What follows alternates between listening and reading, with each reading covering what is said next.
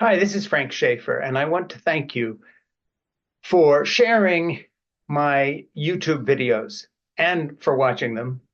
And I would ask you, please subscribe to my YouTube channel. It helps what I'm doing and get the word out. Thank you. Hi, my name is Frank Schaefer, and I would like to explain the Trump apocalypse. I come from an evangelical background. My father was one of the most famous 20th century evangelical theologians and evangelists. His name was Francis Schaeffer.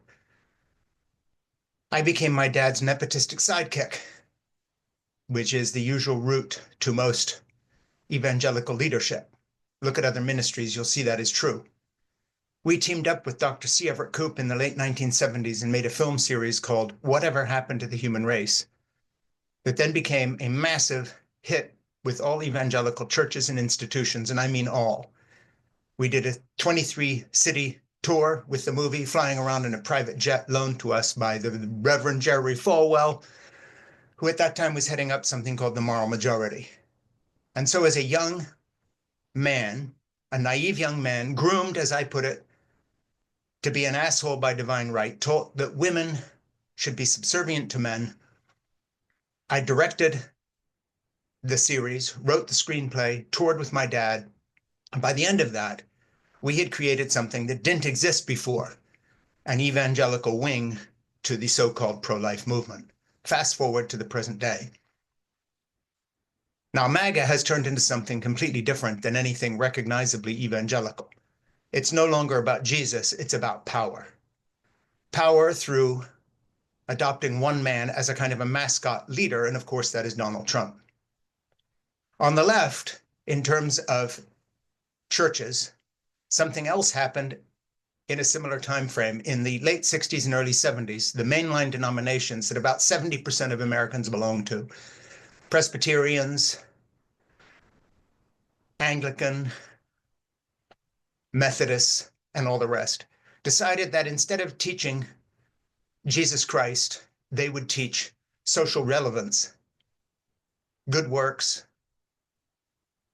care of the culture, and so forth. And soon they lost steam. And then the evangelical churches took off and gained numbers, and everybody said, you see, that proves that liberal Christianity is a bust. And it was. The church is empty.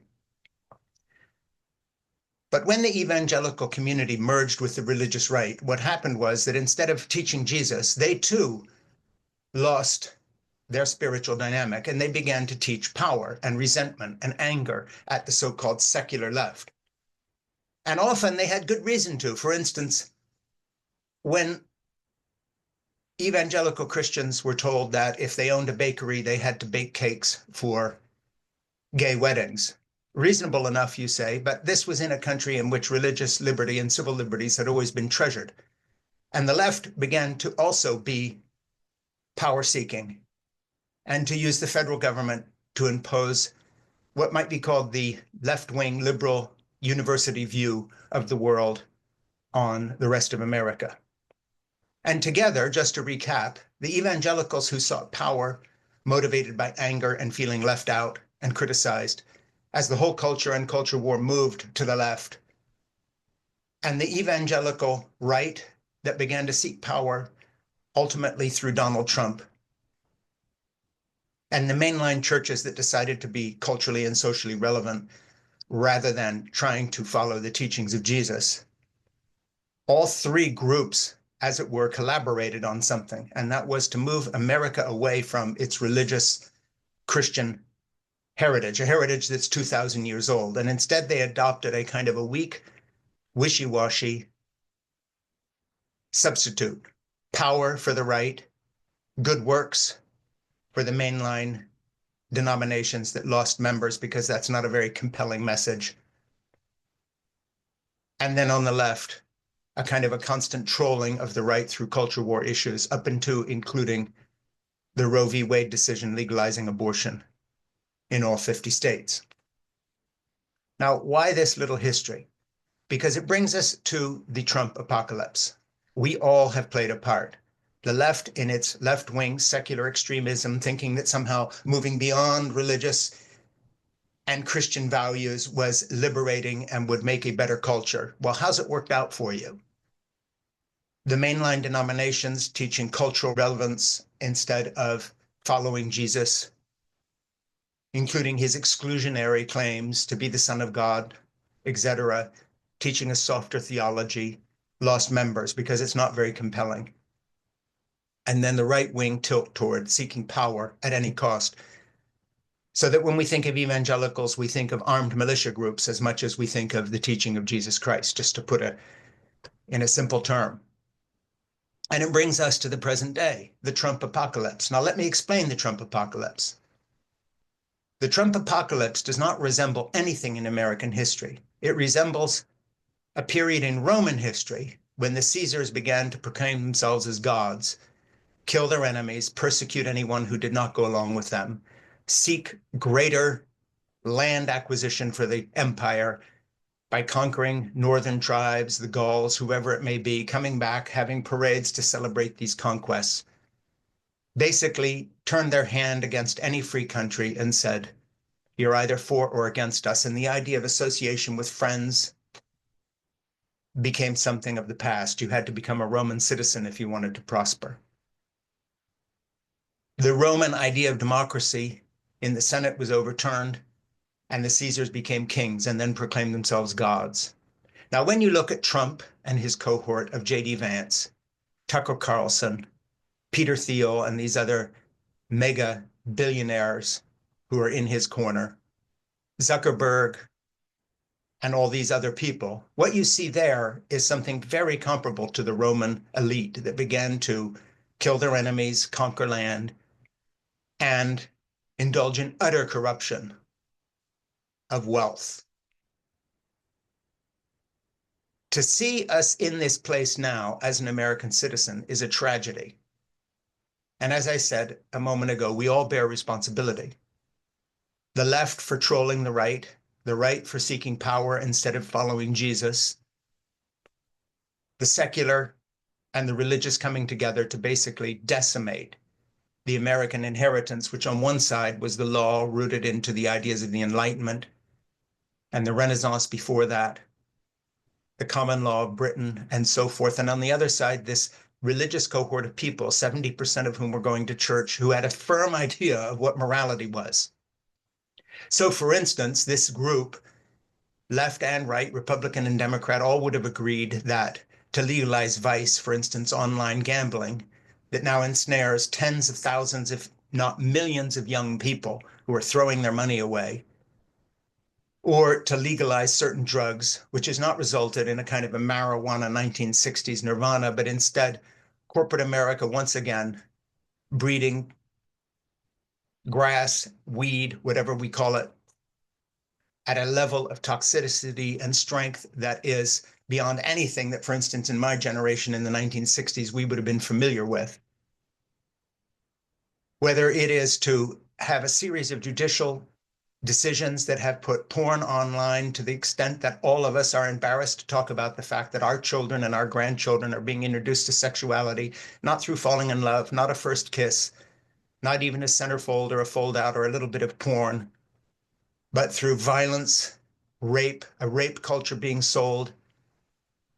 No coincidence in the fact that Donald Trump, who has been accused of rape, embraced Andrew Tate and had him freed from prison and brought back to America, have been accused of rape and molestation and major crimes against women. And when you put all this together, this depredation, this degradation of our country, only one thing's missing, and that is a bunch of white supremacists from South Africa beginning to bring their philosophy here. And of course, that's Elon Musk and Peter Thiel and a number of other people. You know, I directed movies in South Africa and Namibia in the mid to late 1980s. I was in Swakopmund, Namibia, called Southwest Africa at the time, under the South Africans. And they would still celebrate Hitler's birthday in the mid to late 1980s. These were unreconstructed colonists. One of their number now is a Trump fan and part of his group. Elon Musk grew up in apartheid South Africa. One night I was driving home and I saw a car flip over and I went up to help the people, and two black people were in the car, a man and a woman. And I ran back to the production office after a night shoot and told them to call an ambulance. And when I got back, the ambulance was sitting there, and the white driver got out and said, "Why did you call a white ambulance? This is a black accident." And they drove away. They didn't even help the people. The woman who could hardly breathe, middle-aged lady sitting on the ground gasping. Half an hour later, I got a blanket out of the car and tried to help them. Half an hour later, a quote black ambulance showed up. It was a van that didn't even have a stretcher in the back. Didn't have any equipment. And they rattled off towards Soweto, an hour and a half drive away, to take them to a black hospital, quote unquote. This is the world that Elon Musk comes from, as he strips Americans of their rights, strips us of the federal agencies that help people, posts racist comments or shares them on Twitter. This is the background Peter Thiel comes from, with his weird technocratic eugenic ideas. This is the tribe we have allowed in the Trump apocalypse to reshape our country.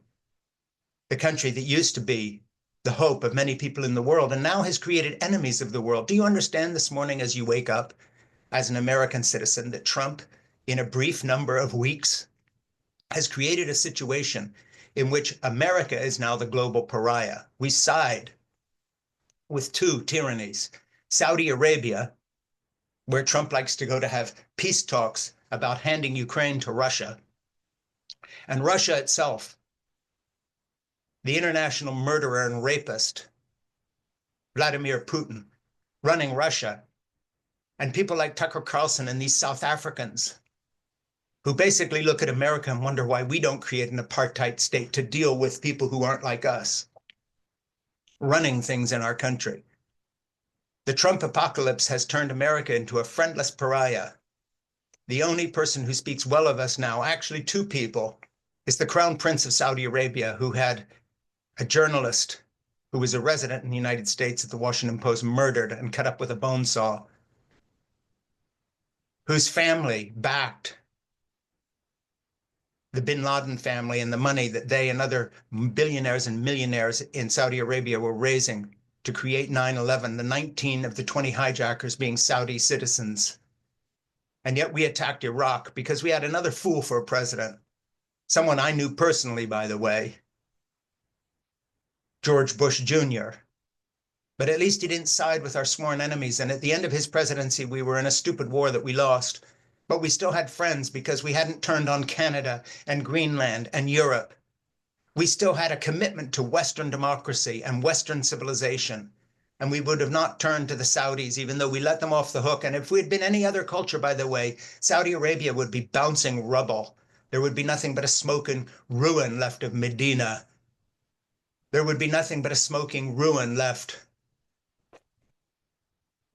because we would have revenged ourselves on them for the 2,000 and more deaths of 9/11.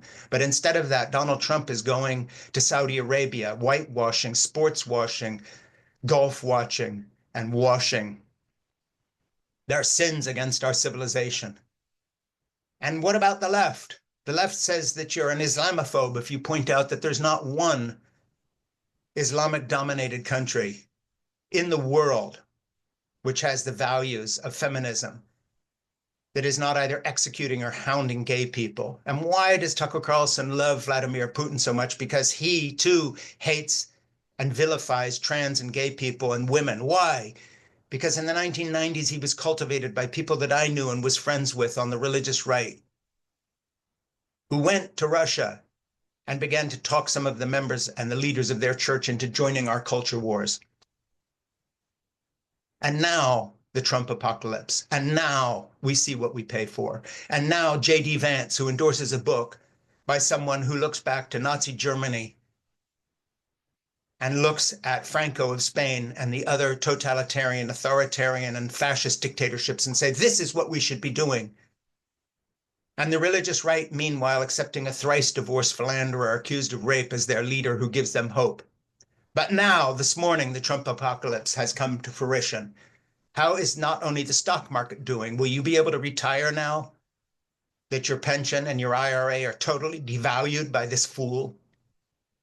Will you be able to travel freely in a world in which every hand except Russia's is now turned against us, in which we side with the Crown Prince of Saudi Arabia and Vladimir Putin against the world? against Ukraine? What of your future in this country, farmers? What of our future in this country with the biggest tax raise since World War II, with Trump's war on free trade that has given you the prosperity that you're enjoying right now if you ordered something from Amazon in the last 24 hours, or you have an IRA or an investment? The earth trembles beneath our feet because of the failures of the left and the right, the failures of the mainline denominations that stopped teaching the ethics of Jesus and opened soup kitchens instead, the failure of the religious right that grasped for power instead of the teachings of Jesus that gave us the Western democracy and the balance of democracy that we now take for granted.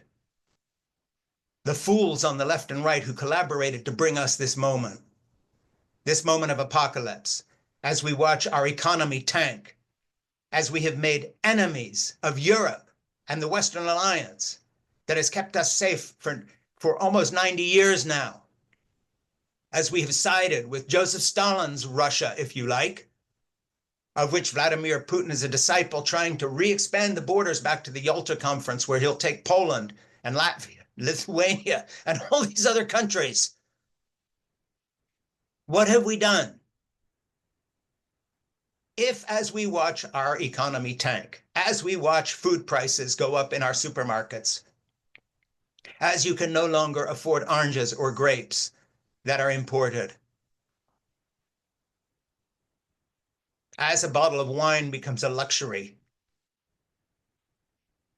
as you lose your job because international trade is what kept your job, as none of the promises for a new economy come to fruition, as the mask drops from the neo-fascist face of this jumped up kid from Appalachia, J.D. Vance, who sides with openly fascist writers by endorsing a book that I talked about in another commentary, Let Me Explain J.D. Vance. Well, let me explain the Trump apocalypse.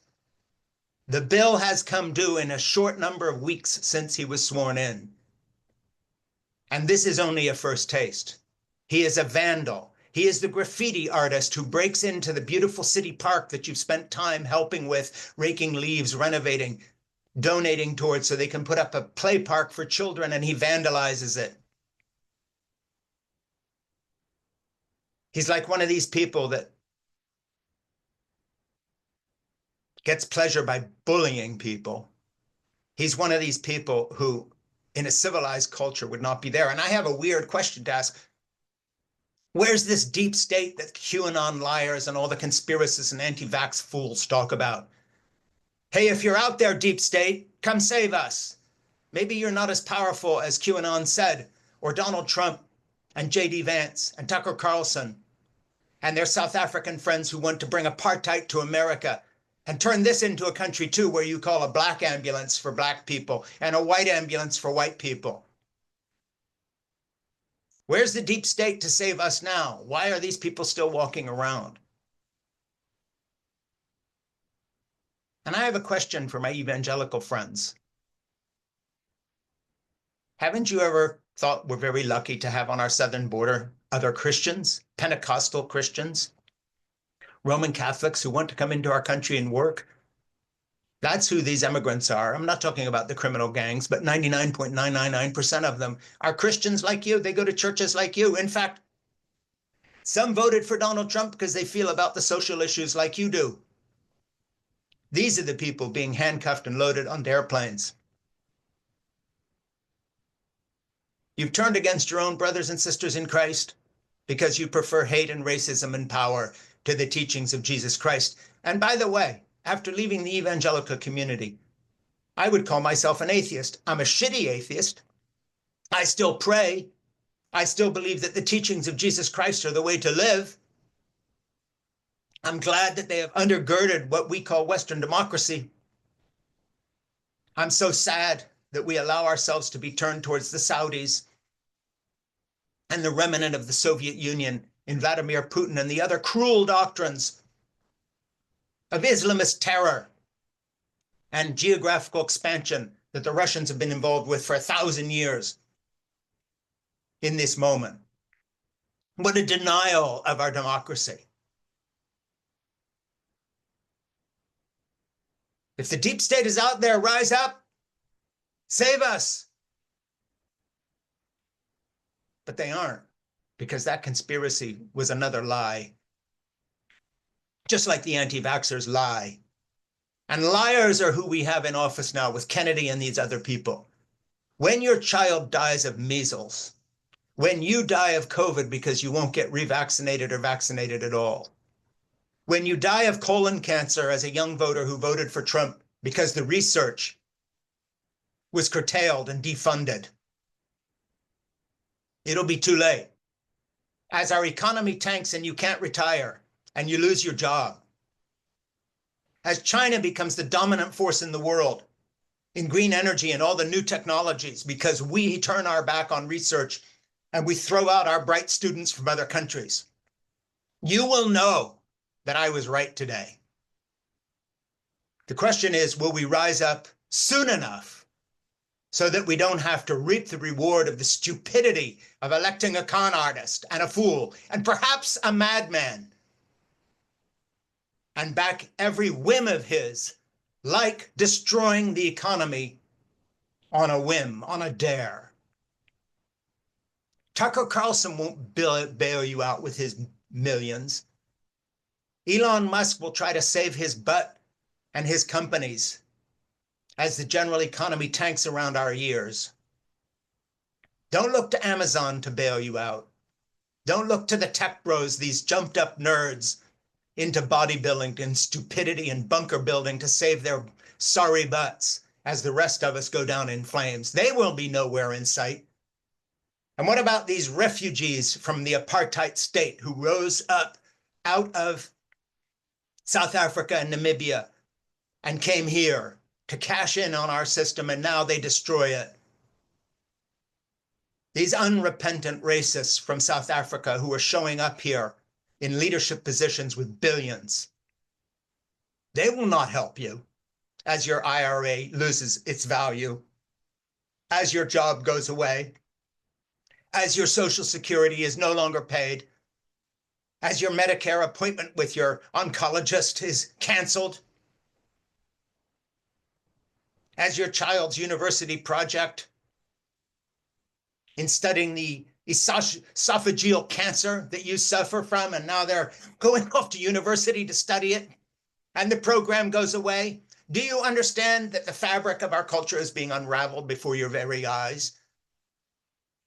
Do you know a culture can only be deconstructed once? Ask the Romans how it was. It was too late by the time they tried to do something about it. And then each bad and worse Roman emperor came along and said, I'll get you back to the original traditions, much as Donald Trump has. But those are not our traditions. Our traditions are freedom, democracy, free speech. Each person in their own home feeling secure, not unmarked vans hauling people off in the night from meatpacking factories as the right looks away and the left continues to virtue signal and laments that their pro-down bullshit has been attacked, as if somehow that's where the battle lines should be drawn.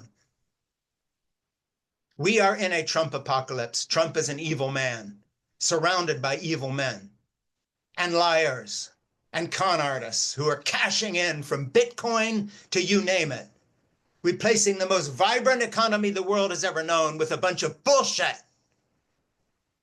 And that's where we are this morning. And I'd like to add a PS, as it were. You know, when it comes to what we owe Christianity, a non-believer and famous historian of Roman history, Tom Holland, has written a book called Dominion. And the subtitle is How the Christian Revolution Remade the World. I would say anybody who's vaguely interested in saving us from Donald Trump and the Trump apocalypse should read this. And there's another book that I'd like to recommend as well for homework, Cross Purposes, Christianity's Broken Bargain with Democracy, written by a gay, atheist Jew who tells us that we have squandered the inheritance of Western democracy and Christianity, though he's not a Christian as well. So Dominion by Tom Holland and a book by Jonathan Rauch called Cross Purposes, Christianity's Broken Bargain with Democracy. are kind of bookended arguments to what I just said about the Trump apocalypse. Thank you. And my name is Frank Schaefer.